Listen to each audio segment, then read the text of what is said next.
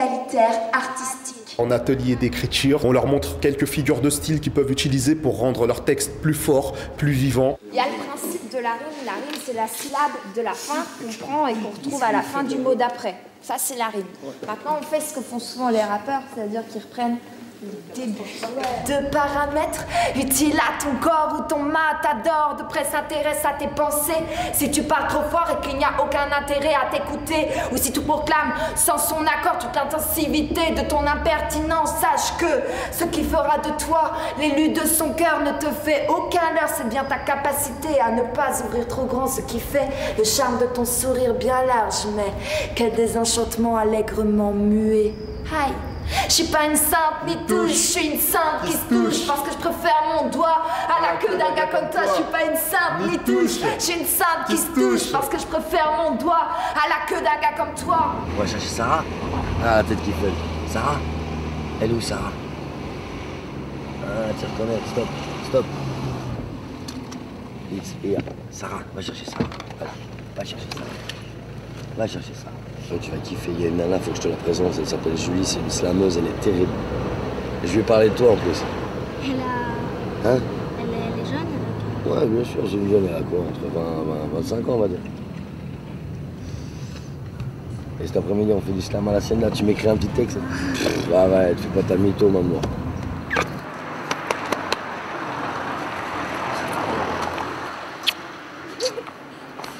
C'est qui la meuf là que j'ai au téléphone? Celle que t'as tarté là? Non. Ciao, ciao, le foyer joueur, bah... Merde. On t'a donné, fais voir.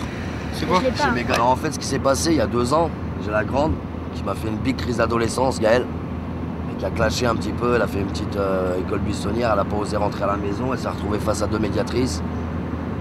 Et comme ma fille est intelligente, elle a su quoi leur expliquer pour leur dire qu'elle voulait pas rentrer. Donc je la battais, j'étais alcoolique, j'étais un drogué, c'était la fête tous les jours chez moi, t'es obligé de faire le ménage et tout.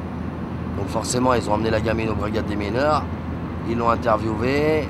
Suite à ça, bah, la police a décidé d'aller chercher Alban et Sarah, les 2 autres, les placer. Moi j'ai été menotté et mis en garde à vue pour maltraitance. J'ai voulu m'envoler un peu trop vite. Et mon père, bah voilà, il a voulu un peu me rattraper. Et, bah, ses façons n'étaient pas forcément les meilleures, mes façons n'étaient pas forcément les meilleures, donc il n'y avait pas trop de dialogue. Suite à, comment dire, l'interview chez les Condés, à l'audition de Alban et de Sarah, ils se sont rendus compte qu'il y avait un petit couac dans les dires de la grande. Ils ont auditionné Gaëlle, qui est revenu sur ses dires en craquant en fait. Mais comme le placement avait été ordonné, ils sont restés 6 mois en placement. On est tous séparés, mais ce sera peut-être mieux, ce sera peut-être... Enfin, de toute façon, moi je vais avoir 18 ans, donc après, voilà, c'est ma vie à moi. Mais mon père, il fera toujours partie de ma vie. On leur a proposé d'aller chez maman. Moi j'ai dit ok, pas de problème, on peut faire l'expérience. Donc l'expérience elle a duré grosso modo 4 mois et demi, 5 mois parce que ça s'est très très mal passé au final. Donc moi j'ai été les récupérer dans l'urgence. Mais comme entre temps je les avais plus, donc j'avais plus d'allocation familiale, plus d'allocation logement et pas de revenus, la maison que j'avais, j'étais obligé de la lâcher. Donc à l'heure actuelle je suis SDF. En pensant qu'ils allaient rester 1 an chez maman, j'avais le temps. Donc moi maintenant quand j'ai été les chercher en catastrophe, je suis revenu à Angoulême, j'ai expliqué la situation au juge et j'ai fait moi-même une demande de placement provisoire, une OPP. Le temps que je rectifie la situation, que je retrouve un boulot, que je retrouve un appartement, ce qui se fait pas en 5 minutes en France. Et le gros problème que eux ont rencontré surtout, c'est qu'ils ont eu face à eux des gens qui avaient une pseudo-crédibilité institutionnelle, je vais dire, qui leur expliquaient que papa était pas correct. Bah, je parlais pas, je disais rien. Quand ça m'énervait trop, je mettais une claque. Moi, bien sûr, je mettais pas de claque.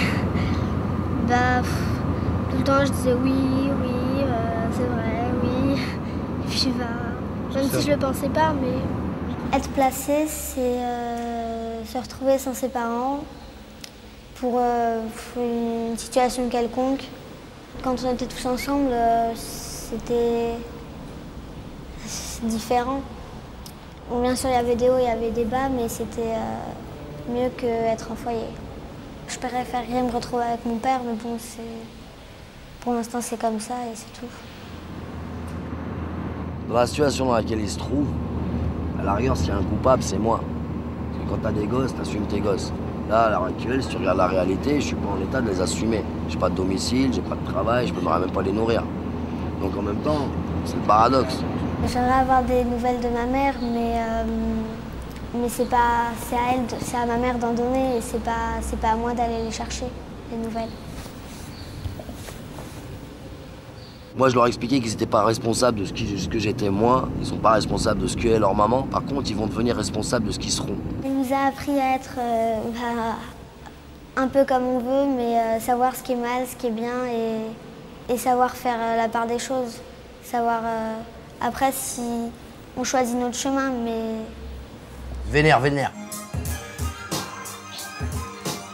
Second lui, premier nous, je poursuis la dynastie. La descendance monte en puissance. Toujours dans la cadence, on prend de l'avance.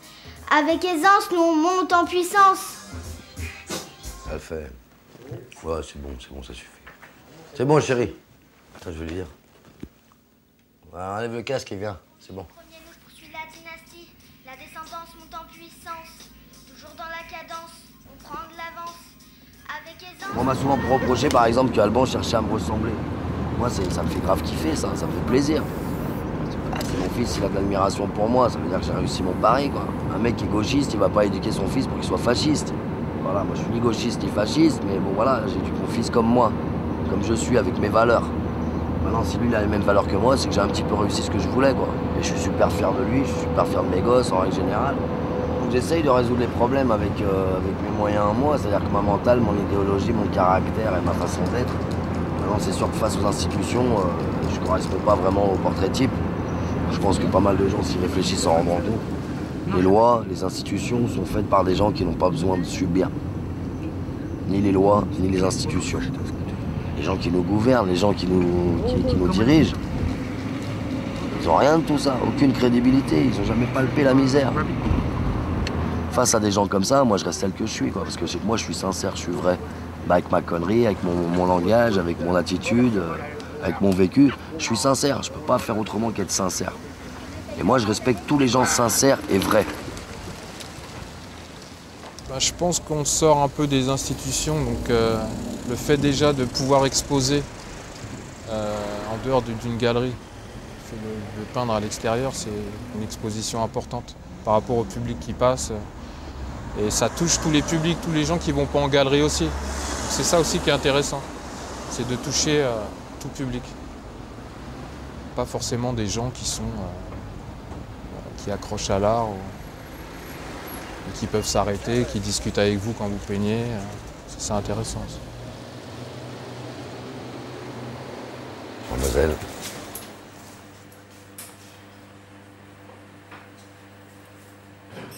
Merci.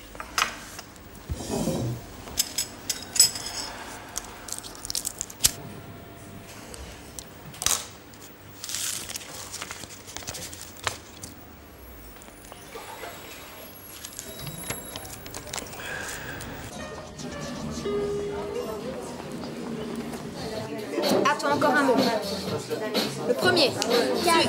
Allez, Marc. Il se passe quelque chose véritablement dans les enceintes de l'Hacienda à une soirée slam. Et c'est à renouveler peut-être. On va voir si l'engouement est là. Bon, moi je vais faire une petite dédicace à mon ami Fredo, parce que ce texte-là, je l'ai écrit dans un de ses bars, on va dire. Donc je voulais absolument le faire ce soir. Ça s'appelle Les Vieux. Mais que se disent-ils, eux qui disent-ils, alignés au comptoir comme vaches à l'abreuvoir? Ils parlent de tout, de rien, baffent comme des chiens. Souvent ces mêmes vieillards sur la fin de leur histoire, au-dessus d'un verre de vin qui tremble dans la main. Ils parlent de leur vie noire attendant la cirrhose. Ils arrosent leur faim proche jusqu'à ne plus avoir soif. Ils se torchent, s'enflamment, tous les sujets sont drames, disant « Bah de mon temps mon gars, ça se passait pas comme ça ». Et du matin jusqu'au soir, accrochés au comptoir, accrochés à leurs rêves qu'ils boivent du bout des lèvres, leur vie part en fumée, gauloise et blanc-limée. Pour résidence secondaire, le bar devant un verre, résidence principale, bientôt chez Pierre Tombal. Ils veulent plus espérer, préfèrent finir bourrés. Toute leur vie à trimer, la retraite pour galérer, tu m'étonnes qu'ils se déchirent. Ils ont plus que ça pour rire. Ils ont plus de place pour l'espoir et se raccrochent à leur bar. C'est pour un lieu de vie où noyer le dépit. Vieillir est un cauchemar après une vie morose. Et tous les jours ils se mettent noirs pour voir la mort en rose. Mais qu'est-ce que tu veux qu'ils se racontent? Y a que des ragots qui comptent.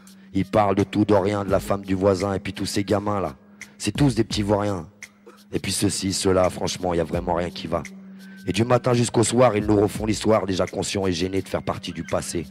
Le pire, c'est quand le matin, ils voient qu'il manque quelqu'un, un qui avait assez bu et qui ne reviendra plus. D'abord une petite tournée pour le remémorer. Après, ils sont tous flippés et commencent à se demander qui sera le prochain à manquer le matin. Puis ils se remettent au boulot, 10h c'est l'apéro. Si lui, il avait assez bu, eux, leur vie continue. De toute manière, le temps passe, quelqu'un prendra sa place. Le bar, c'est un ami pour les hommes en sursis. Merci.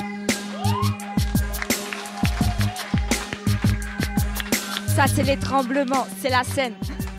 Quand on l'a vu arriver, il nous a séduit, quoi. Il était vachement attentionné. Avec le style de vie qu'il avait, les emmerdes qu'il avait, il était quand même un père exemplaire. Et il a plu à mon père comme il m'a plu à moi. Et, après, mon père, bien sûr, c'est un papa, quoi. Il l'a pris sous son aile aussi, quoi. On ne pouvait pas le laisser crever de faim. Et il fallait qu'il aille bosser le soir. Il travaillait pour les enveloppes à la couronne. C'était pas facile, quoi, donc il fallait bien qu'il mange, quoi. Il allait pas y aller le ventre vide. Je ne veux pas justifier mon propos, mes idées, plutôt du style à m'affirmer par mon comportement. Ses bras en l'air, poings fermés, avec un doigt dressé, que je fais le procès du système et de ceux qui l'aiment. Bellec au 21e siècle, la misère ça s'attrape. Ça vient des tripes, c'est du street tease. Ça sature, petit à petit ça s'attise. Mais faut pas qu'on leur fasse un simple feu de caille, hein. Parce qu'en face c'est maïs, Tarko et paille, hein. C'est pas rien. Et même si tous les condés sont pas rien, il y en a quand même pas mal. NORT, MIRSA, Chindus, BAK, on a la dalle. Princesse Sarah. Sur la piste, je tiens le micro, je suis l'artiste de ton futur crew. Même si tu n'y crois pas trop, regarde, je te fais la démo. Tu peux prendre des photos de moi et de mes potos. Si je lâche le chien, de toi, il ne restera rien. J'encadre ton portrait si tu ne respectes pas les règles que je t'ai imposées. Tu partiras en vadrouille pour éviter les embrouilles. Yes, tu partiras en vadrouille pour éviter les embrouilles. Voilà, c'était Princesse Sarah. Autant dire que Jams, MC Solar, Eminem, 50 Cent et les politiciens n'ont qu'à bien se tenir parce que maintenant on a... L'art du kebab par Josane. Sur place ou emporté? Alors on va faire sur place. Sur place? Ouais. Moi je 3, je te l'offre 5 aujourd'hui. Hein? Ouais, fais les 3. Moi je veux bien, ouais. Fais les 3 d'un coup, je mange les 3 comme ça je paye la tournée pour tout le monde. On va commencer par lui. On va manger 3. Regarde, le hip-hop en France, c'est une idéologie auquel j'ai cru dès le début et que je crois toujours. Et j'y crois toujours. J'ai vu l'évolution, j'ai vu comment c'est devenu. Je suis resté un petit peu ce qu'on appelle maintenant old school. Et je milite pour ça, pour cet esprit fraternel, unitaire, qui est le hip-hop. Le secret et la censure créent un long silence. Un silence qui couvre et qui étouffe les cris. Et les répliques aussi. Et le pays nous dit: chantez, chantez, chante la France. La pensée de négritude aux écrits d'Aimé Césaire. La langue de Kateb Yassine dépassant celle de Molière. Installant dans les chaumières des mots révolutionnaires. Enrichissant une langue chère à nombreux d'années de la terre. La pensée d'Olympe de Gouges dans une lutte sans récompense. Tous ces êtres dont la réplique remplace un long silence. Tous ces esprits dont la fronde a embelli l'existence. Leur renommée planétaire aura servi à la France. Moi j'ai commencé au début avec des bouquins de dictionnaires de synonymes, dictionnaire des rimes. Ouais, je suis toujours avec moi. Ah moi j'ai arrêté. Ouais. J'ai arrêté. Ça m'a plus... Ouais, c'est vrai que c'est piège. Bah, les dictionnaires des rimes, c'est piège parce que t'as envie après d'écrire que pour la rime. Quoi. Voilà, ouais. Tu écris des rimes, tu cherches plus trop savoir ce que ça veut dire. Donc ça peut être piège. Quoi. Je m'en sers de temps en temps quand même. Pratique, petit côté pratique. Ouais, c'est bon, mais faut quand je sais vraiment où je veux aller. Sinon je me laisse guider par le dictionnaire et là c'est pas bon. Mais quand je sais exactement où je veux aller, je peux m'en servir. Quand je m'en sers à la fin. Ouais. J'écris un texte. Et puis après, dans la relecture du texte, j'essaye de voir s'il n'y a pas des choses que je peux modifier pour que ça ait un meilleur sens ou que ça soit plus audible. Ou alors aller chercher une petite rime même à la rigueur, tu vois. Mais j'interviens à la fin.